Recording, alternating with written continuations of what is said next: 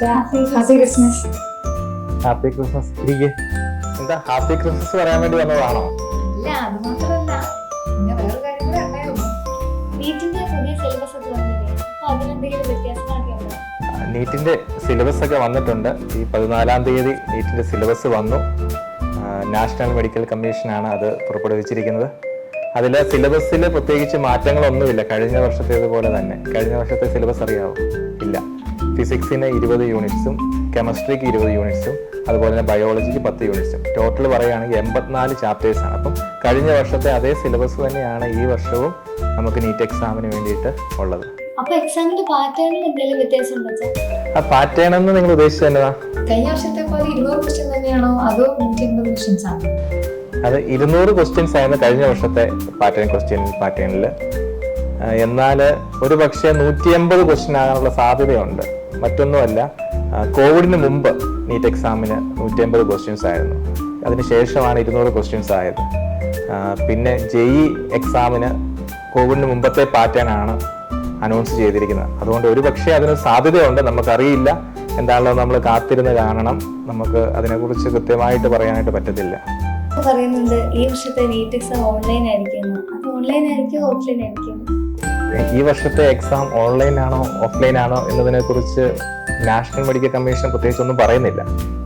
ഒരുപക്ഷെ ഓൺലൈൻ ആയിരിക്കാം, അല്ലെങ്കിൽ കഴിഞ്ഞ വർഷങ്ങളിലെ പോലെ ഓഫ്ലൈൻ ആയിരിക്കാം. അപ്പോൾ അതിനെക്കുറിച്ച് കൃത്യമായിട്ടുള്ള തീരുമാനങ്ങൾ ഈ വരും ദിവസങ്ങളിൽ വരും. നമുക്കത് കാത്തിരുന്ന് കാണാം. പലതും പറയും, പക്ഷേ അതിനെക്കുറിച്ച് കൃത്യമായിട്ടുള്ള ഒരു ഇൻഫർമേഷൻ ഇതുവരെ നാഷണൽ മെഡിക്കൽ കമ്മീഷൻ നമുക്ക് നൽകിയിട്ടില്ല കേട്ടോ. JEE മെയിൻസും അഡ്വാൻസും പോലെ നീറ്റിന് അങ്ങനെ 2 ഫേസ് വരാൻ സാധ്യതയുണ്ടോ? മെയിനും അഡ്വാൻസും പോലെ 2 ഫേസുകൾ വരാൻ സാധ്യതയുണ്ട്. പക്ഷെ നമുക്കതിലൊന്നും ഉറപ്പില്ല. പ്രത്യേകിച്ച് ഇപ്പോഴത്തെ ന്യൂസ് ബുള്ളറ്റിനിൽ അതിനെക്കുറിച്ചൊന്നും പറഞ്ഞിട്ടില്ല. സിലബസ് മാത്രമേ നൽകിയിട്ടുള്ളൂ.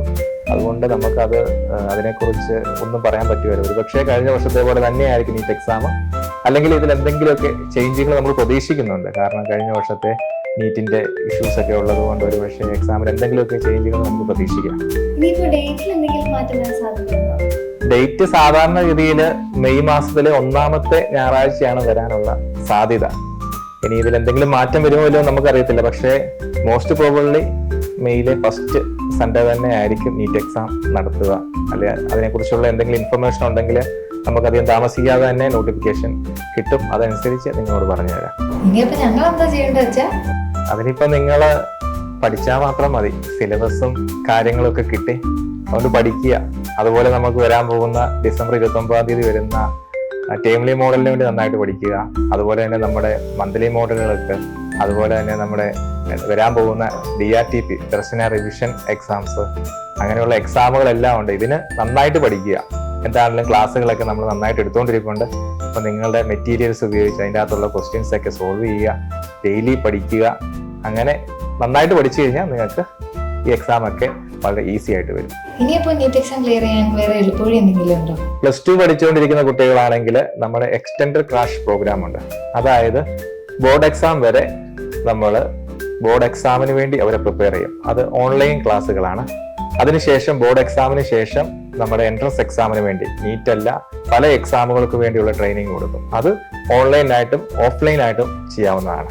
ഇനി ഇത് അല്ല, ബോർഡ് എക്സാം കഴിഞ്ഞിട്ടാണ് ഇതിനുവേണ്ടി കോച്ചിങ്ങിന് പോകണമെങ്കിൽ നമ്മുടെ ദർശന ക്രാഷ് കോഴ്സ് ഉണ്ട്. അത് 2025 മാർച്ച് മാസം 26-ാം തീയതിയാണ് സ്റ്റാർട്ട് ചെയ്യുന്നത്. അതും ഓൺലൈനും ഓഫ്ലൈനുമായിട്ട് പല സെന്ററുകളിൽ ചെയ്യാം. ഇതിലൂടെ പഠിച്ച് നമുക്ക് ഈ വർഷത്തെ നീറ്റ് ക്രാക്ക് ചെയ്ത് ഉന്നത വിജയം കൈവരിക്കാനും സാധിക്കും. ഇനി എന്തെങ്കിലും ചോദിക്കാനുണ്ടെങ്കിൽ പിന്നെ വന്ന് ചോദിച്ചാൽ മതി കേട്ടോ. ഇനി നോട്ടിഫിക്കേഷൻ വരുമ്പോൾ അത് വന്ന് ചോദിക്കാം. അപ്പോൾ അഡ്വാൻസ് ആയിട്ട് ക്രിസ്മസിന്റെ മംഗളങ്ങൾ സ്നേഹപൂർവ്വം നേരുന്നു.